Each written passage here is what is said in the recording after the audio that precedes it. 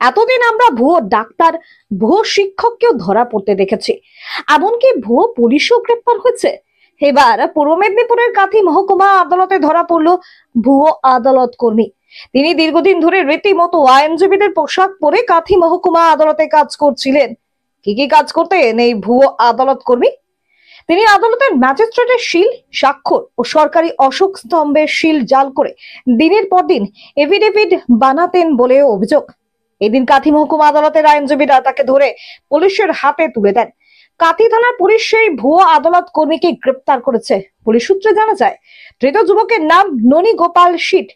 তিনি পূর্ব মেদিনীপুরের রামনগর থানা এলাকার মুকুন্দপুরের বাসিন্দা।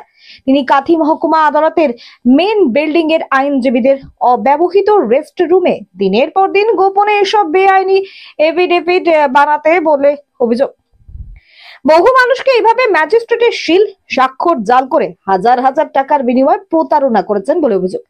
বহু মানুষ শুধু প্রতারণার শিকার হয়েছেন তা নয়, তাদের কাজের ক্ষেত্রেও এখন জটিলতা তৈরি হবে বলে মনে করছেন আইনজীবীদের একাংশ।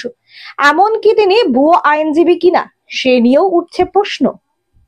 আমরা ঠিক বলতে পারবো না, এই কারণে বলতে পারবো না, সে আমাদের মেম্বার নয়, আমাদের ক্রিমিনাল বারের মেম্বার নয়, এবং আমাদের যে সিস্টার কনসার্ন আছে সিভিল বার অ্যাসোসিয়েশনের, এখন জানতে পারছি সেখানেও তিনি মেম্বার নন। সুতরাং ফেক তদন্তে উঠে আসতে পারবে যে সে ল পাস করেছে কিনা, বা তার এআইডি আছে কিনা, বা তার সার্টিফিকেট ইত্যাদি আছে কিনা, সেটা তদন্তে উঠে আসবে। ধরা পড়লো মানে গতকাল আমাদের মোহরা ক্লার্ক অ্যাসোসিয়েশন, মানে মোহরার অ্যাসোসিয়েশনের সেক্রেটারি রাজকুমার দাস, সে হচ্ছে বলে আমাদের যে সম্পাদক সাধন কুমার দাস মহারাজকে জানিয়েছিলেন। যেহেতু কালো কোট পরা আছে, টাই পরা আছে, অতএব লয়ারের তো কিছু তিনি করতে পারবেন না, ওটা অসম্মান হবে। এই কারণে আমাদের সম্পাদক বলেছিলেন যে তুমি দেখো, ধরে কিন্তু বসিয়ে রাখবে, হেনস্থা করবে না, আমাদেরকে জানাবে। তো আজকেই প্রায় ওই 2-2:30টার দিকে জানাতে আমি এবং আমাদের সম্পাদক সাধন কুমার দাস এবং ভাইস প্রেসিডেন্ট স্বরূপ বাবু, অ্যাসিস্ট্যান্ট সেক্রেটারি আনন্দ কুমার দাস ইত্যাদি, এবং এক্সিকিউটিভ মেম্বার যারা ছিল, এবং আরও 2-1জন সত্যজিৎ মাইতি ইত্যাদিরা সব গেছিলাম। দিয়ে আমাদের সম্পাদক মহাশয় তাকে জিজ্ঞাসাবাদ করলেন, কিন্তু সন্তোষজনক কোনো উত্তর দিতে পারলেন না। তখন কোথায় সেটা না, ওই কোর্টের যে বিল্ডিং আছে সেটা হচ্ছে 2nd ফ্লোর, তার মানে 3 তলায় একটা রেস্ট রুম আছে। সেই রেস্ট রুমটা আমাদের জন্য, মানে আমাদের শুধু ক্রিমিনাল বারের নয়, সিভিল বারেরও একটা কমন রেস্ট রুম। সেখানে কেউ পড়ে না, সব তো কোর্ট একসঙ্গে চলে, তো এখানে শেষ হলে ওখানে চলে যায়, ওখানে শেষ হলে এখানে অত বসার কেউ বা রেস্ট নেওয়ার মতো সুযোগ পায় না। ওই ফাঁকা দেখেই ওই সব জাল সিল, স্ট্যাম্প আর ম্যাজিস্ট্রেট সাহেবের জাল সই ইত্যাদি করে এফিডেভিট করে লোককে ঠকাচ্ছি বলে আমাদের মনে হয়েছে। এবার সেটা নিশ্চয়ই তদন্তে উঠে আসে। বলছি, এই বিষয়ে কি ম্যাজিস্ট্রেটকে জানিয়েছেন? না, আমরা এখন জানাই, জানাবেন পরে? জানাবো। কালকে তো ছুটি আছে, এখন কাউকে পাবো না। এই পরশু দিন, মানে কালকে ছুটি 23 তারিখ, 24 তারিখ আমরা জানাবো। প্রতিদিনের মতো বুধবারও অভিযুক্ত ননী গোপাল শীট কাঁথি আদালতে বসে সেই বেআইনি কাজ চালাচ্ছিলেন। গতকাল মহকুমা আদালতের মহুরার অ্যাসোসিয়েশনের কর্মকর্তারা বিষয়টি জানতে পারেন।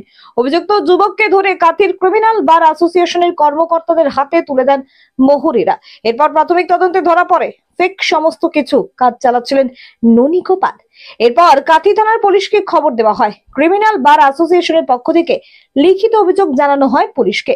পুলিশ এসে ননী গোপালকে গ্রেপ্তার করে, তার সমস্ত কিছু অপরাধজনক কাজে নথিপত্র সিজ করে। ঘটনাকে ঘিরে যথেষ্ট চাঞ্চল্য ছড়িয়েছে কাঁথি আদালত চত্বরে।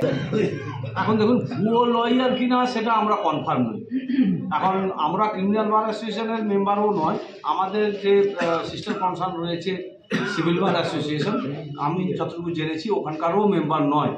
কিন্তু এখন ভুয়ো লয়ার এটা আমি বলতে পারবো না, কারণ ওটা ইনভেস্টিগেশনে যদি ভুয়ো লয়ার বেরোয় তাহলে বেরোবে। কিন্তু সে লয়ার কোর্ট করে এখানে কিছু ওই জুডিশিয়াল এফিডেভিট যেগুলো হয়, সেই জুডিশিয়াল এফিডেভিটে যে স্ট্যাম্প থাকে, ম্যাজিস্ট্রেটের স্ট্যাম্প থাকে, সিরিয়াল নাম্বারের স্ট্যাম্প থাকে, এইসব অশোক স্তম্ভের স্ট্যাম্প থাকে, এই সমস্ত স্ট্যাম্পগুলোকে ও ফেক স্ট্যাম্প ওগুলোকে তৈরি করে এখানে ইউজ করেছে জেনুইন হিসাবে করে, মানে ম্যাজিস্ট্রেটের কোনো সইও নয়, ম্যাজিস্ট্রেট সাহেবের সইটাকেও জাল করেছে। জাল করে বিভিন্ন মানুষের কাছ থেকে পয়সা নিয়ে ও লাভবান হওয়ার উদ্দেশ্যে এই সমস্ত কাজগুলো করেছে। লিখিত অভিযোগ এবং পুলিশ এসে সেই সমস্ত আমাদের সামনেই সেই সমূহ সিল এবং ওই ফেক সিল এবং ফেক যে এফিডেভিট আজকে ছিল 4টে এফিডেভিট, সেগুলো সবগুলোই সিজ করেছেন এই ওই ননীগোপাল সিটের কাছ থেকে নিয়ে অ্যাকিউজড সহ ওই ডকুমেন্ট এবং সিল সহ ওনারা থানায়